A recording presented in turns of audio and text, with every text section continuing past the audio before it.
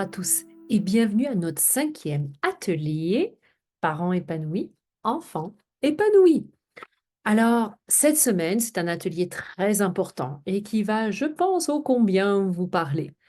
La colère. Vous savez, cette boule intérieure, ce feu intérieur qu'on peut ressentir lorsque nos enfants peuvent agir de telle ou telle manière et qui vont à l'encontre de nos valeurs et de notre code d'éthique et qui, du coup, ça vient nous chercher très, très fort. Et ce petit bonhomme intérieur que nous avons, qui est plutôt calme en temps général, aura comme une tendance à se réveiller très fort et vouloir se transformer en dragon. Et donc, nous serions prêts à cracher du feu partout. Donc cette colère est très difficile à gérer, et puis elle génère aussi tout un tas de choses auprès de nos enfants. Elle a un impact très fort. Donc aujourd'hui, on va un petit peu parler de ça et puis voir un petit peu qu'est-ce qu'on peut faire pour que les choses s'améliorent et que tout simplement, cette colère soit gérée d'une part, mais pas que, qu'elle soit aussi utile parce qu'après tout, c'est une émotion, qui ne demande qu'à être utile. Alors nous allons y penser, pendant cet atelier-là. Une chose très importante, c'est que la colère, c'est une des émotions les plus puissantes. Cela signifie qu'elle génère énormément de signes et de symptômes dans notre corps, dans notre tête. Alors, j'ai trouvé un très bon site, je vous le mets en référence plus tard dans l'atelier, de l'Association canadienne pour la santé mentale et qui explique parfaitement, finalement ce qu'est la colère et qui a des similitudes avec la peur d'ailleurs. Et d'ailleurs les 2 peuvent être vraiment très, très, intimement liés. Vous savez quand notre enfant va traverser une route alors qu'il y a des voitures qui arrivent et puis que c'est pas du tout le bon moment pour traverser et qu'il nous a lâché la main et qu'il court, on a une peur. Mais on a aussi après une très grosse colère parce que c'est une énorme bêtise. C'est pas comme si on lui avait pas dit 100 000 fois qu'il faut pas traverser la route quand le bonhomme est rouge. Donc du coup, ce sont 2 émotions vives, intenses, qui peuvent être liées et vous pouvez imaginer comment ça va décupler aussi, du coup, tout simplement, nos agissements, nos comportements, nos réactions. Donc la peur et la colère sont 2 puissants facteurs motivateurs qui peuvent déclencher une réaction de lutte ou de fuite. La plupart du temps, la fuite va plutôt avec la peur, la lutte va avec la colère. La fréquence cardiaque et la respiration peuvent s'accélérer. La personne peut rougir, serrer les mâchoires, les poings et élever la voix. C'est le corps qui se prépare à agir. Puis sachez que ces manifestations physiques et psychologiques sont autant valables pour la peur que la colère. Donc vous voyez comme il peut y avoir des similitudes entre 2 émotions ultra vives et intenses. Et les manifestations sont véritablement similaires. Alors, c'est une émotion qui est difficilement gérable, particulièrement quand on arrive à l'âge adulte et qu'on n'a pas forcément appris à, réguler cette émotion-là. On rencontre régulièrement effectivement des adultes qui seraient, comme on peut dire, explosifs et qui ont tendance à se laisser aller avec la colère, sans forcément de gestion très, très claire. Donc du coup, c'est pour ça que je dis que c'est une émotion difficilement gérable. Même quand on apprend les stratégies plus jeunes, il s'avère que ça reste quand même compliqué, comme émotion et puis la faire retomber, la faire redescendre, ça peut prendre du temps. Donc la colère, elle peut vraiment revêtir tout un tas de formes différentes. Puis, comme je disais, ça se traduit par des réactions qui sont à la fois physiques et psychologiques. Donc physique, on a donné des exemples tels que la mâchoire serrée, les poings fermés, le nœud à l'estomac. Mais psychologique, ça peut être aussi se sentir complètement en feu finalement et que chaque petite affaire va nous mettre en colère parce que si une colère n'a pas été réglée suite à une situation et qu'elle est latente, elle peut se réveiller avec juste une petite étincelle. Alors, c'est important de le reconnaître parce que ça reste une émotion utile. C'est pas une émotion qui est en nous et puis qui sort et puis voilà et ça donnera les conséquences que ça donnera. Pas du tout, c'est une émotion vraiment utile parce qu'elle nous prépare justement à adopter des réactions face à différentes situations et puis elle nous permet de nous protéger parce que cette colère-là, la réaction qu'on va avoir, qui va peut-être être forte, taper le poing sur la table, va régler des situations. Ça va aussi désamorcer peut-être des situations qui peuvent être très stressantes ou angoissantes et ça va nous protéger psychologiquement. Au lieu de se sentir abattu, affaibli, amoindri de cette situation angoissante, frustrante, et cetera, eh bien, ça va nous donner du peps, de l'énergie. C'est pour ça que je vous disais que souvent, c'est synonyme de lutte. En cas de colère, on est prêt à aller au front et on va réagir et non pas se laisser abattre. Donc, vous voyez que c'est une émotion qui peut être bien utile dans certaines situations où la réaction va permettre de désamorcer la situation. Alors, comment comprendre la colère? Je vais vous lire encore une fois un extrait toujours du livre de l'atelier.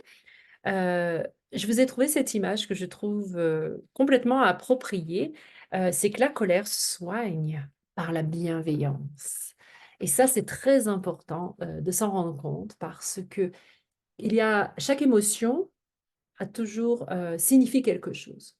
Par exemple, la peur, ben, on a un besoin de réassurance. Quand on va parler de la joie, on a un besoin de partage. Chaque émotion manifeste un besoin. La colère manifeste un besoin de bienveillance et d'amour inconditionnel. Très important. Alors, on continue notre petite histoire. Vous rappelez hein, que c'est un psychothérapeute de groupe hein, qui organise ces ateliers de groupe. Et puis, ce sont des extraits qui sont redits, réécrits à l'intérieur de ce livre et puis que je vous partage un petit peu à chaque fois. Donc là, le psychothérapeute dit, quand avons-nous déjà dit que les parents doivent parler calmement lorsque ça bouillonne à l'intérieur? L'idée n'est pas de retenir notre colère, mais de la laisser s'échapper par petits morceaux avant qu'elle ne se rende jusqu'à l'explosion. Essayer d'être patient quand on est fâché, c'est comme appuyer d'un pied sur le frein et de l'autre sur l'accélérateur. On ne traiterait pas sa voiture de cette façon. C'est qu'elle ne va pas aimer. Soyons au moins aussi bons pour nous-mêmes que nous le sommes pour notre voiture. Alors, c'est vraiment pour expliquer que la colère doit sortir.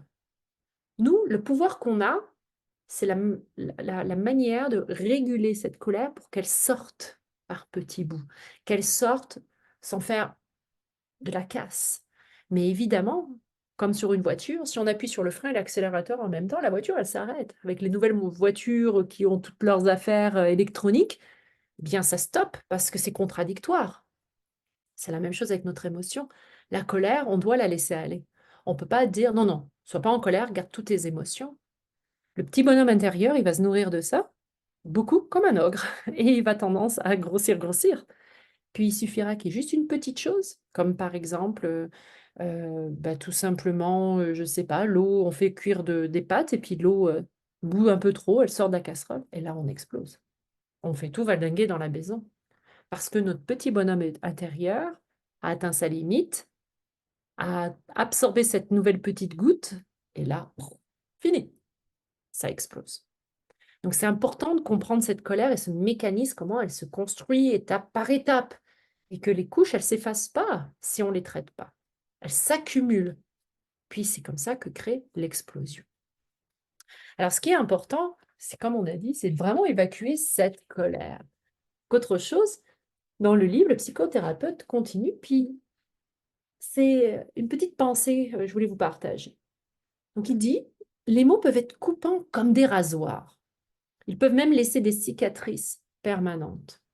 C'est pourquoi la colère, sans insulte, reste encore notre seule alternative civilisée aux méthodes déshumanisantes. Et on ne connaît pas encore toutes les réponses. C'est le travail de toute une vie que d'explorer de nouvelles façons plus humaines d'exprimer une émotion aussi puissante et ancienne que la colère. La colère est là depuis la nuit des temps. On parlait même dans les mythologies des dieux qui sont en colère, les dieux qui sont en colère dans les mythologies grecques ou romaines. Ça remonte tout ça. C'est une émotion primaire qui est là effectivement depuis toujours. Et malgré tout, nous n'arrivons pas à la maîtriser encore complètement. Donc oui, on doit la laisser s'évacuer, c'est certain, parce que c'est une émotion qui, gardée à l'intérieur, va tout simplement faire beaucoup de mal à la personne qui la ressent. Ce sont des stratégies que j'ai retrouvées toujours sur le même site, l'Association canadienne pour la santé mentale, et qui sont complètement adaptées à chaque personne. À vous de piocher ce qui vous correspondrait le mieux. Donc la première chose, c'est soyez actif. Bougez. Ne restez pas justement dans un état un peu végétatif quand vous êtes rongé par la colère. Au contraire, allez faire une belle promenade. Courez si vous avez envie, dansez, jouez enfin, faites un sport que vous aimez, peu importe. Parce que tout ça, ça a un effet excessivement positif, tant sur le corps, bien sûr, avec les muscles, que l'esprit.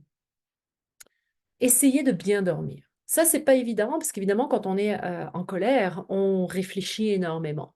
Qui dit réfléchir, eh bien, on réfléchit rarement dans la journée quand on est occupé. On réfléchit beaucoup plus le soir, quand on n'a plus rien à faire, quand c'est un temps de relaxer et que toutes les idées remontent à la surface. Là, on se met à réfléchir. Donc, essayez en tout cas de travailler fort pour que votre sommeil soit de la meilleure qualité possible. Cela prend évidemment un rythme régulier d'endormissement. Peut-être que ça peut prendre aussi des tisanes calmantes, un rituel calmant qui permet de libérer un peu ses émotions et de faire rentrer une émotion importante qui est celle du bien-être. L'alimentation est tellement importante. Ne sautez pas de repas ou ne mangez pas que la nourriture pas très équilibrée parce qu'il n'y a que ça qui vous fait envie. Quand on est pris d'une émotion aussi intense et violente que la colère, généralement, ça nous coupe l'appétit. C'est une réalité. Alors, soyez vigilants de vous forcer peut-être un peu et de prendre, si possible, des aliments les plus équilibrés possibles, plutôt que de tomber dans le magnifique paquet de chips qui vous appelle ou les sucreries aussi qui vous appellent. C'est pas évident, mais c'est un conseil. Essayez d'exprimer vos émotions par tous les moyens. Si c'est difficile verbalement, si vous n'avez pas forcément une personne à qui parler, et même si ça fait partie d'ailleurs d'une des stratégies, essayez de libérer par la forme d'écriture ou toute forme artistique telle que le dessin, le chant, la peinture, n'importe quoi qui permet de libérer les émotions. La danse ferait partie aussi d'un art et donc d'une libération d'émotions. L'idée, c'est vraiment de ne pas refouler cette émotion-là, mais de la faire sortir par n'importe quel moyen et du coup, d'essayer d'avoir un petit peu un point de recul pour réfléchir à cette émotion et voir si, eh bien, ça serait pas, intéressant de connaître plus sa cause, ses manifestations, donc d'essayer en tout cas de l'analyser. Essayez de rester calme face à cette émotion-là, c'est-à-dire de ne pas forcément la faire sortir tout de suite, mais d'y réfléchir un peu, de la faire sortir par petits bouts et de voir qu'est-ce que vous pouvez faire en prenant de grandes respirations et d'avoir comme un pas en arrière par rapport à cette émotion. Cette stratégie est d'autant plus efficace si elle est faite de manière préventive. Si vous rentrez dans des formes de méditation, de relaxation, d'étirement, de yoga, et cetera, et que vous vous exercez continuellement, ça aura beaucoup plus d'impact. Et puis essayez de vous distraire. La vie est belle, la vie est fun. On a plein de choses extraordinaires autour de nous qui peuvent nous aider à profiter. Un bon livre, une bonne BD, un bon film, une musique qui nous transporte dans des nouveaux univers, et cetera, sont tout un tas de stratégies excessivement efficaces pour nous aider à relativiser et à faire calmer un peu notre bonhomme intérieur. Alors, je vous ai mis la ressource ici du site, c'est un site ontarien, mais qui est vraiment intéressant et vous retrouverez justement des paragraphes de ce que j'ai pu mettre dans notre présentation d'aujourd'hui.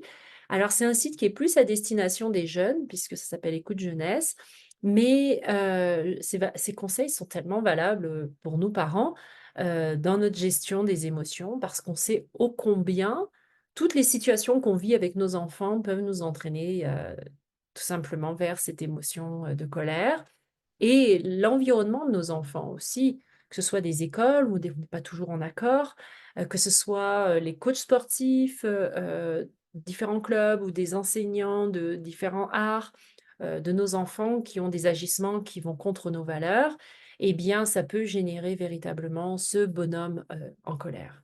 Donc tout ça, ce sont des choses à réfléchir. Heu et c'est surtout le plus important, c'est de se dire que c'est gérable. La régulation des émotions, la régulation de la colère est possible, mais elle n'est pas totale. Il faut accepter que la colère sorte, dans tous les cas. Alors j'espère que cette, 5e atelier vous a appelé à réfléchir et vous l'avez apprécié. Alors je vous dis à très bientôt pour le sixième et dernier atelier de notre, grande série Parents épanouis, enfants épanouis. À très bientôt. Au revoir.